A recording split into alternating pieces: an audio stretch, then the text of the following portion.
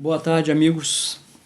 Hoje vamos falar um pouco sobre um tema que é muito oportuno no momento.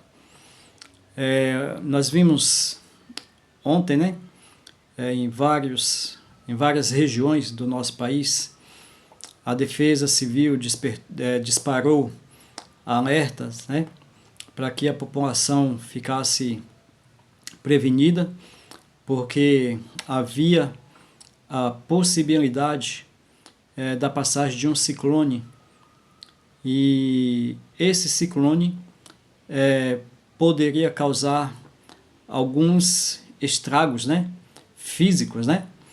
Então a orientação da Defesa Civil era para que as pessoas permanecessem em suas casas, se possível, né, para que pudessem se prevenir de possíveis catástrofes. E pensando nisso, surgiu a ideia de falarmos um pouco, né, desse evento em conexão com os textos bíblicos, né? O que a palavra de Deus fala sobre eventos naturais, né? E alguns outros também. E o título da mensagem dessa tarde, desse momento, é Quando as tempestades anunciam a esperança. Nós sabemos que quando se fala em tempestades, né, nós pensamos em quê? Sempre em algo ruim, né? Algo terrível, algo que pode ceifar vidas, que podem deixar prejuízos econômicos, também prejuízos quanto ao meio ambiente e algumas outras coisas que na verdade não associamos com algo bom, né? Mas gostaria de chamar a sua atenção nessa tarde e pedir para que você abrisse a sua Bíblia no Evangelho de Lucas, capítulo 21, verso 25, e vamos ver o que a palavra de Deus nos diz acerca desses eventos. Livro de Lucas, capítulo 21, verso 25. E lemos o seguinte: haverá sinais no sol, na lua e nas estrelas. Sobre a terra, angústia entre as nações em perplexidade, por causa do bramido do mar e das ondas. Então aqui Jesus falando sobre sinais que antecederiam a sua vinda, nos avisou que haveria sinais no sol, na lua e nas estrelas. Haveria inquietação entre as nações, né? Entre as nações.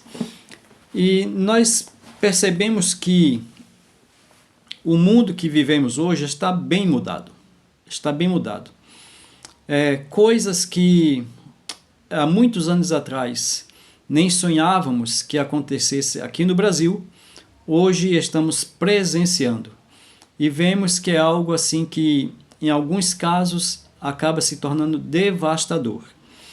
Mas nós sabemos também que as tempestades, elas acabam de certa forma sendo um espelho da humanidade, né? Vivemos em tempos de medo e incerteza, né? E hoje as nuvens que nós olhamos para o céu, aqui onde eu estou,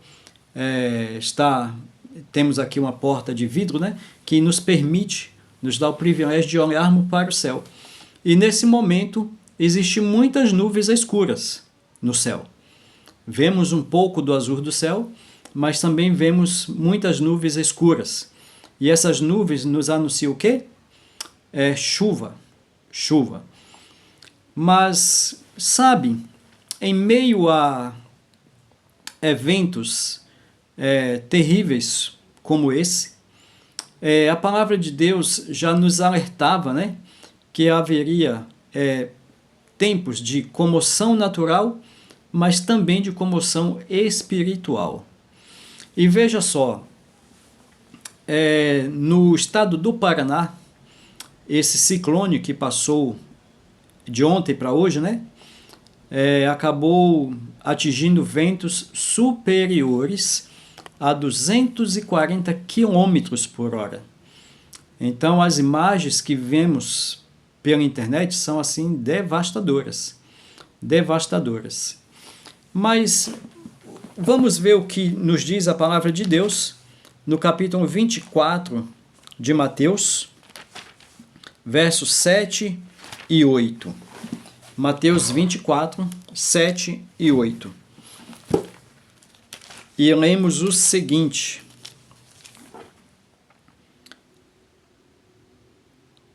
24, versos 7 e 8. Porque se levantará nação contra nação, reino contra reino, e haverá fomes e terremotos em vários lugares.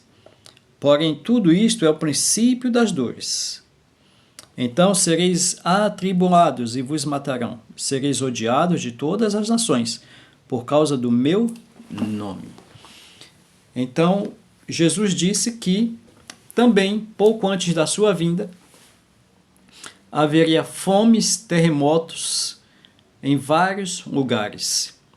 E haveria também guerras, né? Uma nação contra outra, né? Mas Jesus disse, olha, isso ainda não é o fim. Isso é apenas o princípio das dores. E essas dores são nada mais do que como as contrações do planeta, né? Preparando-se para o novo nascimento, que é a volta gloriosa do nosso Senhor Jesus Cristo. Nós sabemos que a natureza geme. Romanos 8, 22 nos diz, porque sabemos que toda a criação conjuntamente geme e está com dores de parto até agora.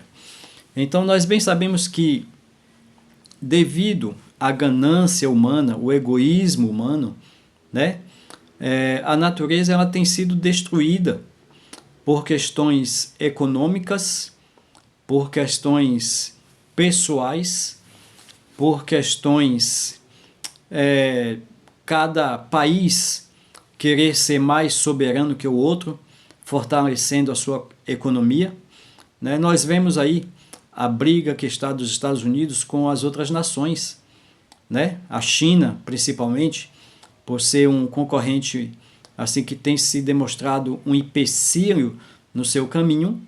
Então, a aplicação das tarifas, né? Das super tarifas, né?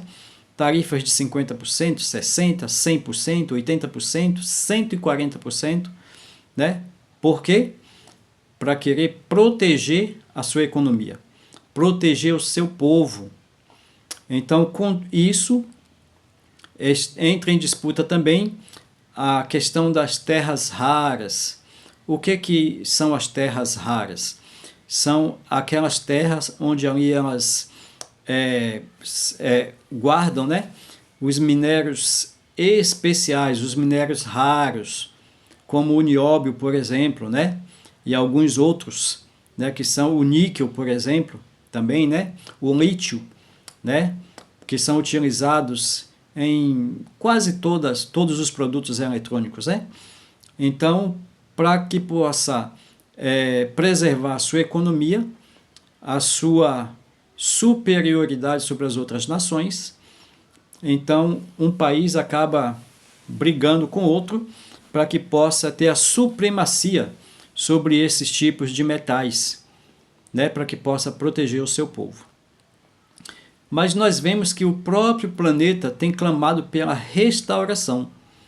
Mas nós sabemos que essa restauração ela só será trazida, só será completa com a volta de Jesus. Cada tempestade, cada abalo é um lembrete de que este mundo não é o nosso lar permanente, né? Então, se você pensa, se você tem a ideia de que você é aqui deste mundo, então você precisa rever os seus conceitos, porque nós não fomos criados para viver neste mundo, nós fomos criados para a eternidade. O plano original de Deus foi para que vivêssemos constantemente na sua presença, em um mundo onde nós sabemos que não haverá morte, nem tristeza e nem dor. Um mundo perfeito, um mundo como era no início da criação do universo. Não existia morte, não existia tristeza, não existia brigas, não existia dor. Tudo isso passou a existir quando? Após o pecado. Após o pecado. E hoje nós vemos aí como que a nossa sociedade está, né? Como que o nosso planeta está. E o nosso planeta ele tem clamado por restauração. Todas essas catástrofes que nós vemos hoje em dia, isso aí é o planeta reclamando os seus limites, que foram invadidos pelo homem, em busca de coisas materiais. Mas quando a Terra fala, nós percebemos que, na verdade, é um chamado divino para que nós permaneçamos vigilantes. E muitos olham para os ventos e se preocupam apenas com os telhados e postes, né? Porque existe uma grande preocupação, claro. Se de repente vem um forte vento e arranca várias telhas da sua casa, é um motivo de preocupação, sim. Porque além de você ter o seu abrigo danificado e de certa forma você está desprotegido da chuva, do vento, do sol, né? Mas nós sabemos também que precisamos ter os olhos fitos nos eventos que nos anunciam a volta de Jesus. Quando virmos essas coisas acontecendo, qual que deve ser a nossa atitude? Olharmos para o alto e pensarmos o quê? Que nós temos um abrigo melhor, temos uma morada melhor. Aonde? Na eternidade. Isaías 24, ali Deus falando sobre castigos que viriam sobre o povo de Israel, né? Sobre o efeito que esse castigo traria. Deus também faz promessa de um livramento e diz que da ruína dos seus inimigos levantaria, né? Restauraria o povo de Israel. E adverte o povo, exorta o povo para que possam louvar a misericórdia de Deus. E veja só o que diz no capítulo 26, verso 20 de Isaías. Vai, povo meu, entra nos teus quartos e fecha as tuas portas sobre ti. Esconde-te só por um momento, até que passe a ira.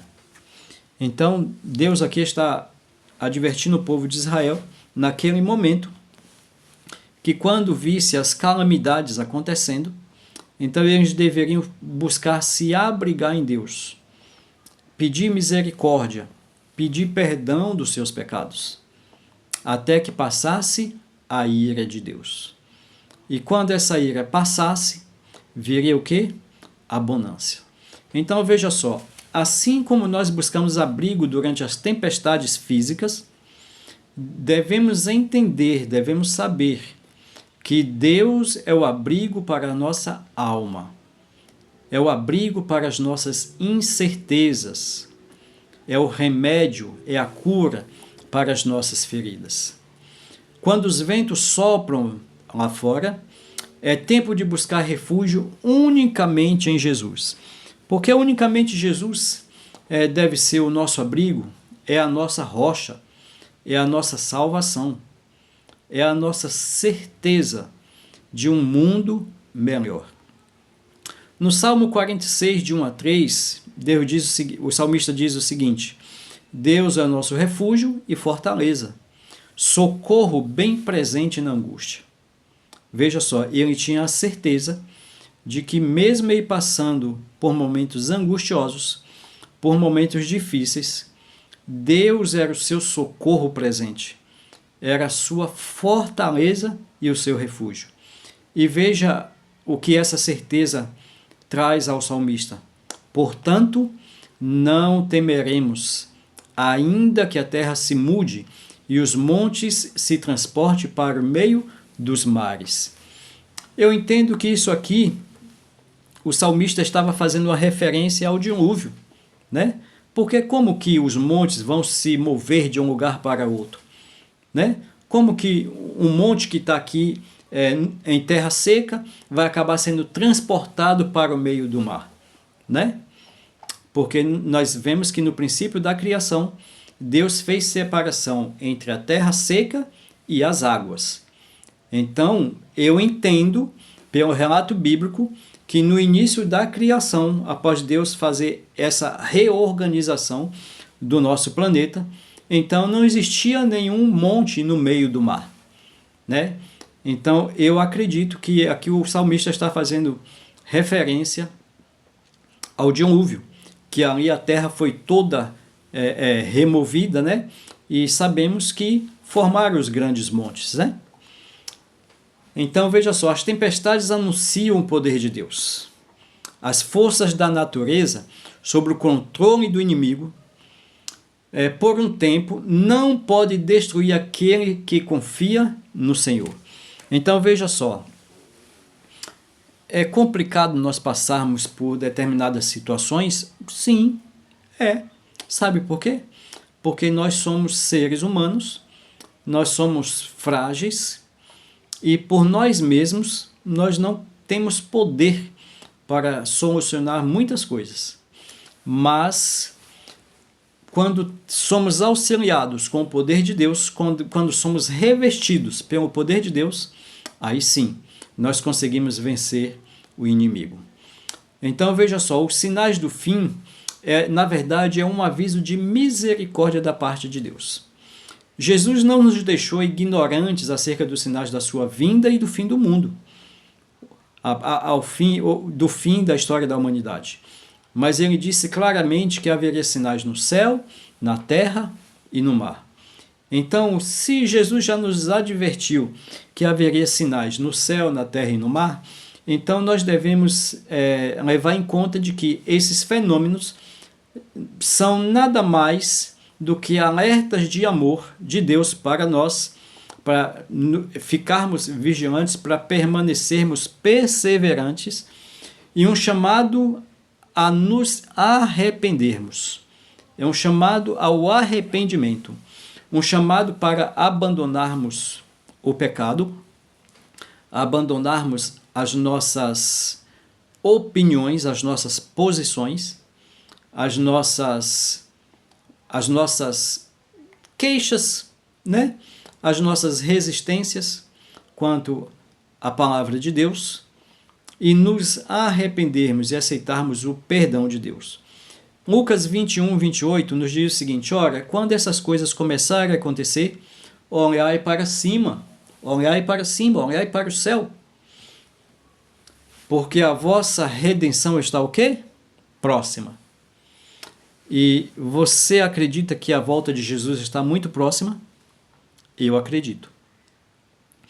Por todas as coisas que tenho visto acontecer em nosso mundo, todos os dias, cada dia coisas piores que outras, a violência tem se aumentado, o amor parece que tem se esvaído do coração das pessoas, e Jesus já nos alertou quanto a isso.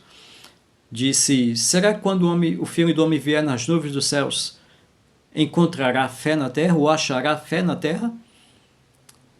E Jesus mesmo disse: olha, por se multiplicar a iniquidade ou o pecado, o amor se esfriará de quase todos. De quase todos.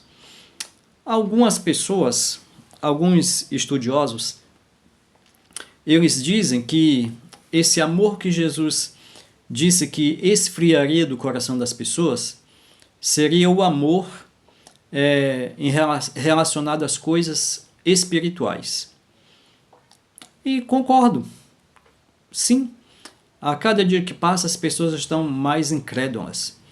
E o próprio Pedro já nos advertiu, né? No capítulo 3, Pedro disse: olha, nos últimos dias surgirão homens que serão zombadores, escarnecedores, e dirão: olha, vem cá, onde que está a promessa da sua vinda? Desde quando eu era menino, desde quando eu era criança, que ouço falar nessa promessa, mas até hoje não aconteceu nada. Os nossos pais já morreram e as coisas continuam todas do mesmo jeito. como eram antes, então Pedro já havia nos advertido. Então hoje nós presenciamos isso, que as pessoas estão cada dia mais incrédulas quanto às coisas espirituais. Mas nós vemos também de que o amor para com o próximo, o amor para com o semelhante, também tem sumido do coração das pessoas. Se você voltar alguns anos atrás aí, você vai ver que nos programas policiais de televisão, quando mostravam um crime, geralmente eles colocavam a imagem ali borrada, né? Para que nós não pudéssemos enxergar aquelas cenas sangrentas, né? Mas de algum tempo para cá você percebe que já é mostrado na televisão a pessoa chegando assim na cabeça de outra pessoa, encosta a arma e atira 3, 4, 5 vezes, sem nenhuma proteção mais, para que você não veja aquilo. Hoje já mostra lá sangue escorrendo no chão da pessoa que foi assassinada. Você entendeu? Isso é o quê? Reflexo de que o amor está sumindo, está se esvaindo do coração das pessoas. Mas nós já fomos advertidos. Então, quando virmos essas coisas acontecer, qual que deve ser nossa atitude? Ficarmos felizes, exultantes, não por conta da miséria que vemos no mundo, mas porque nós sabemos que Jesus ele já está às portas. E veja só, a mesma força que hoje sacode as árvores, agita os mares, né? Derruba postes, destelha casas, essa mesma força sacudirá as nações em breve. Já vemos que muitas nações em guerras umas contra as outras, mas ainda não é algo assim tão grandioso, tão digamos que geral. Mas chegará um momento de que essas guerras elas se multiplicarão de tal forma que o mundo ele entrará em um grande colapso. Mas para nós que somos povo de Deus, não devemos temer, não devemos nos aterrorizar. Devemos olhar para tudo isso como uma confirmação da esperança que temos de vermos Jesus logo em breve aparecer nas nuvens dos céus. E nós já podemos, nesse momento, ouvir o som dos passos de um Deus Redentor que se aproxima para vir nos buscar. O salmista diz que o Senhor é o nosso refúgio em meio à tormenta.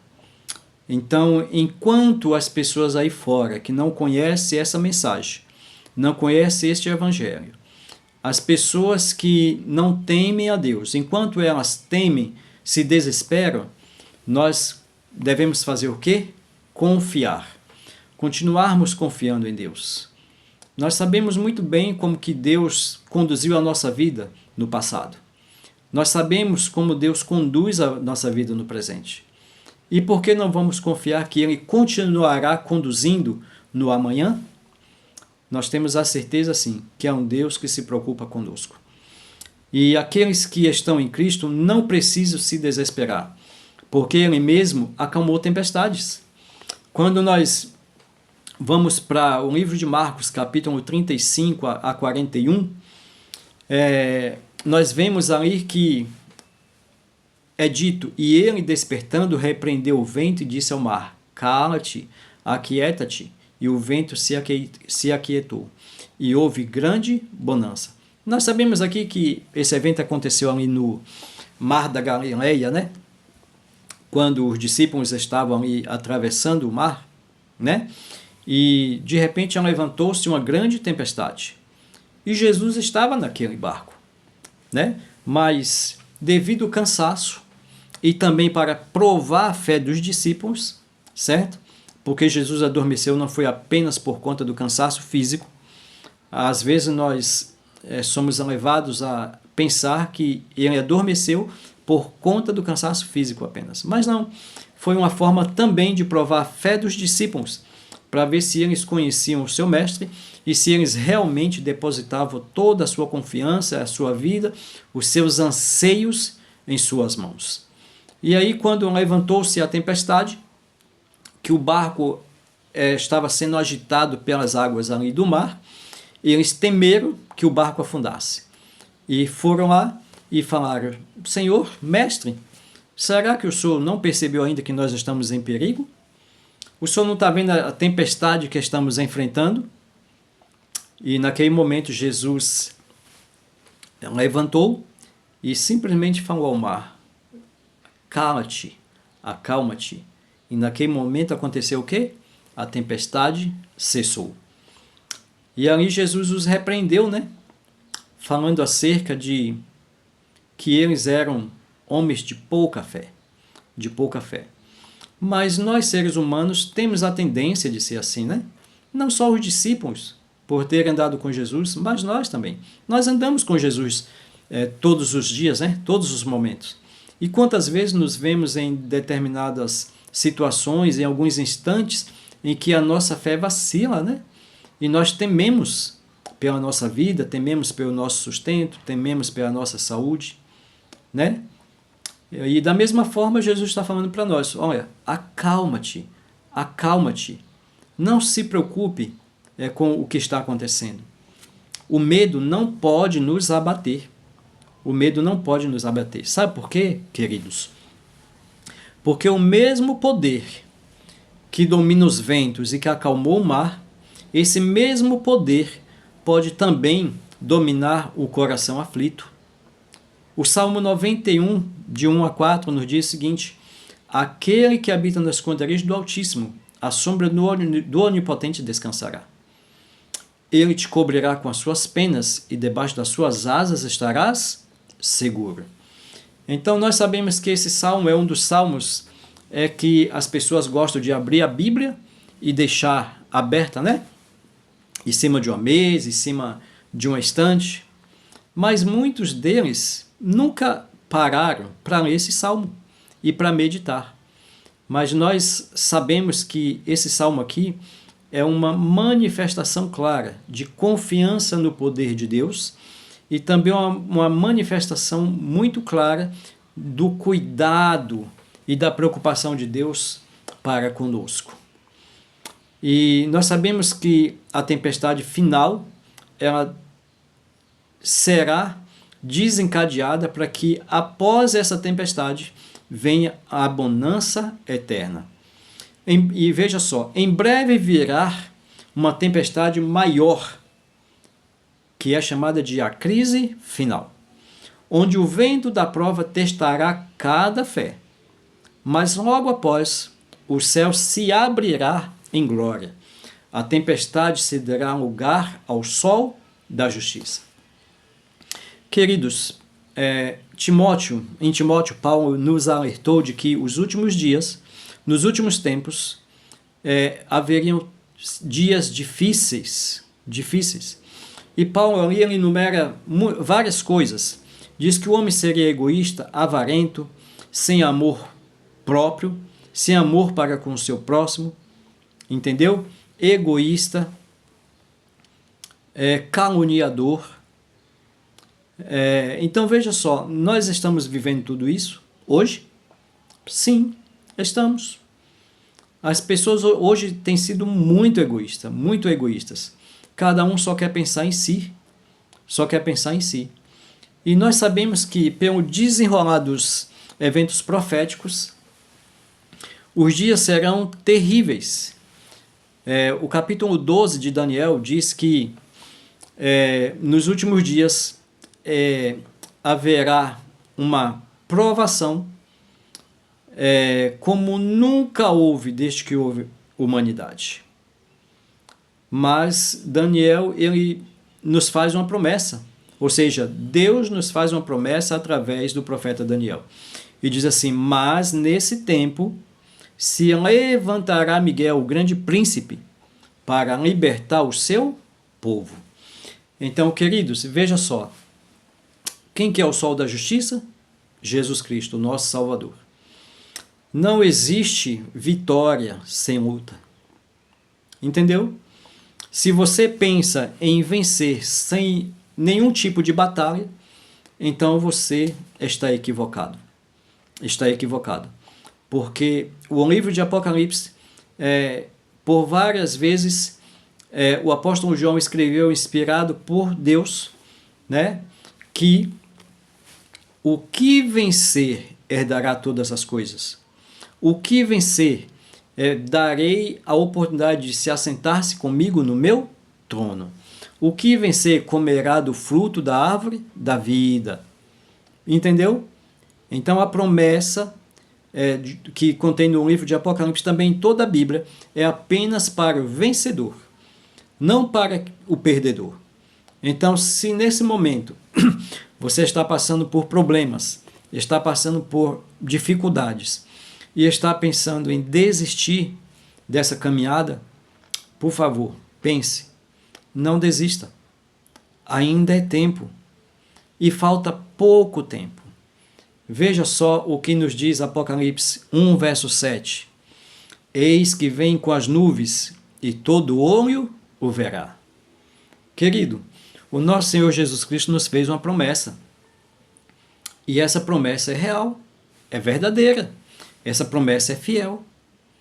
Essa promessa não falhará. Sabe por quê? Porque quem prometeu é fiel. E ele nos prometeu de que um dia voltaria para nos buscar, para que pudesse nos levar para morar no mesmo lugar que ele está. João 14, de 1 a 3, ele disse para os discípulos, pouco antes de ascender aos céus,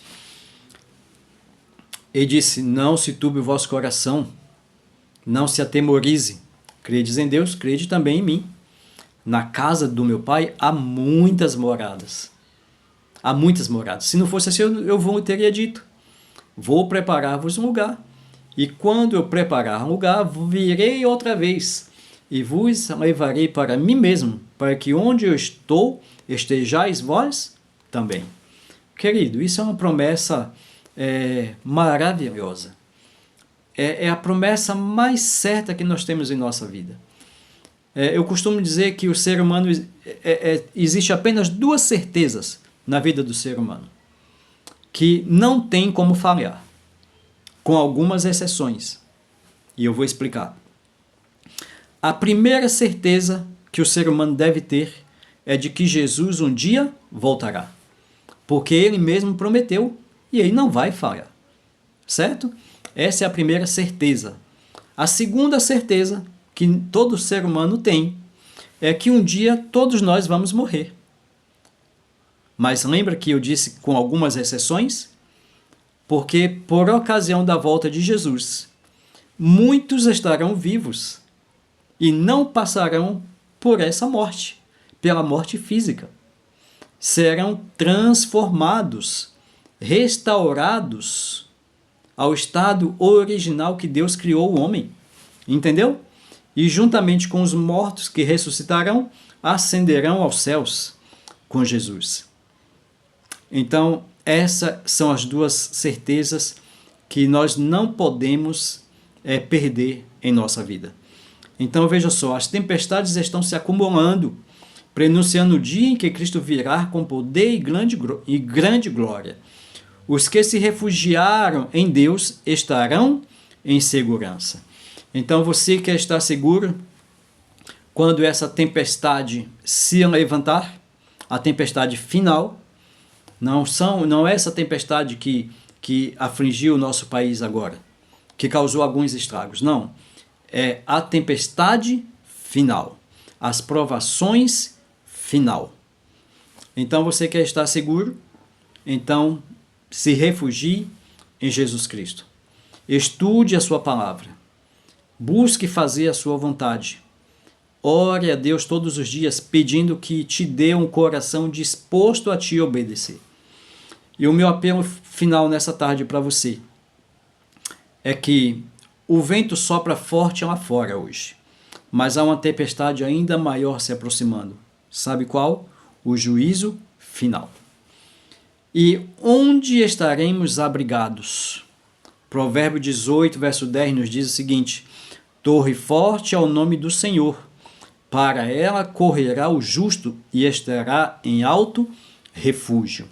Então, se você tem a Deus como a sua torre forte, como a sua fortaleza, então pode ter certeza que você estará seguro. Meu amigo, minha amiga, minha irmã, meu irmão, talvez você esteja sentindo medo e incerteza, ou até mesmo dúvida sobre o futuro, né? Porque nós não conhecemos o futuro, não conhecemos o que nos aguarda. Mas há um abrigo que o vento não derrubará. Sabe que abrigo é esse? O amor de Cristo por mim e por você. Hoje ele nos chama a entrar e se esconder sob suas asas e nos prepararmos para o grande dia em que a tempestade cessará para sempre. Você está disposto a abrigar-se sobre as asas de Jesus? Esse é o momento oportuno. As tempestades deste mundo são o prelúdio de uma manhã eterna. De uma manhã eterna. Esse mundo é passageiro. Mas o que Deus tem preparado para mim e para você é algo eterno. É algo que durará por toda a eternidade. O trovão que hoje assusta será substituído pelo som de trombetas celestiais, anunciando que Jesus está vindo. Veja que coisa maravilhosa. Você tem medo de trovões? Eu lembro quando criança eu tinha medo de trovões. A minha filha de 9 anos morre de medo de trovões, né? Mas esses trovões que ouvimos ontem, né, de ontem para hoje, e que causa medo e pânico em muitas pessoas, logo em breve será substituído pelo som de trombetas tocada pelos anjos que acompanharão o nosso Senhor Jesus Cristo, vindo em glória e grande poder. Isaías 25, verso 9 diz o seguinte: e naquele dia se dirá, eis que este é o nosso Deus, a quem aguardávamos, e ele nos salvará. Este é o Senhor a quem aguardávamos, na sua salvação nos alegraremos e nos regozijaremos. Queridos, que coisa maravilhosa será naquele dia para aqueles que decidiram fazer a vontade de Deus, para aqueles que decidiram pela salvação. Será um dia de festa, um dia de júbilo, né? Aqui acabamos de ler no livro do profeta Isaías, será um dia de exultação. Os salvos olharão para Jesus vindo em glórias e falarão, esse é o nosso Deus que nós esperávamos, esse é o nosso Deus que estávamos ansiosos para que viessem logo nos buscar. Diferente dos perdidos, que eles farão o quê? Olharão para os montes e os rochedos e dirão o seguinte, caí sobre nós e escondei-nos do rosto e da face daquele que está sentado sobre o trono do Cordeiro. Para os ímpios será um dia tenebroso, será momento de terror, mas para os salvos, os selados, será dia de grande júbilo, de grande exultação. E para finalizarmos, gostaria de dizer para você o seguinte, as tempestades que assustam o mundo hoje são sinais de esperança para os que esperam em Cristo, pois depois da noite escura vem o amanhecer glorioso da vinda do nosso Senhor Jesus Cristo. O apóstolo Paulo escreveu, já no fim da sua vida, combati o bom combate, completei a carreira e guardei a fé. Desde agora a coroa da justiça já me está guardada, a qual o Senhor justo juiz me dará naquele dia. Que dia? No dia da vinda de Jesus. E ele diz, não só a mim, mas a todos aqueles que amam a sua vinda. Então você ama a vinda do Senhor? Você aguarda a vinda de Jesus com ansiedade, com desejo de que isso aconteça logo? Então, se você tem esse desejo, você pensa assim e você vive assim, então pode ter certeza de que você também tem uma coroa guardada, uma coroa de vitória, a coroa da vida eterna. assim como o apóstolo Paulo tinha a certeza, que você também possa ter essa certeza em seu coração. E que, embora as tempestades deste mundo nos assustem, mas que possamos lembrar de que temos um porto seguro, temos uma rocha onde podemos nos firmar e estarmos protegidos.